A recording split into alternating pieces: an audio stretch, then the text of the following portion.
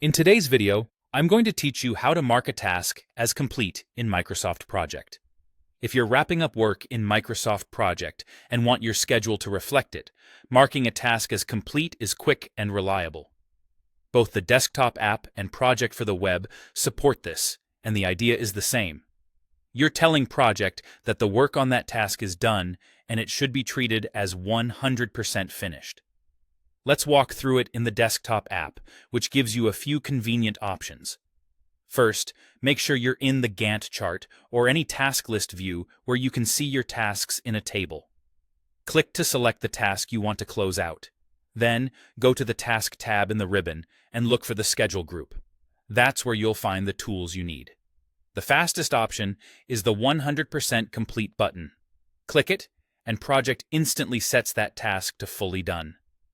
This is great when you're confident the task is truly finished and you want the schedule to reflect that immediately.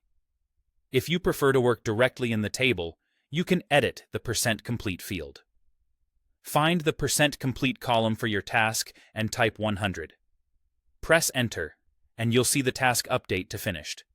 This method works well if you're updating several tasks in a list and want to stay in the grid. Another option is to enter an actual finish date for the task. When you type an actual finish date, Project will typically recognize that the task has been completed and set the percent complete to 100% automatically. This approach is helpful if you're tracking real-world dates closely and want the record to show exactly when the work wrapped up. Once a task is marked complete, its percent complete value becomes 100%. In some views, you may notice a visual cue, such as a strike-through or other indicator, to make finished tasks easier to spot.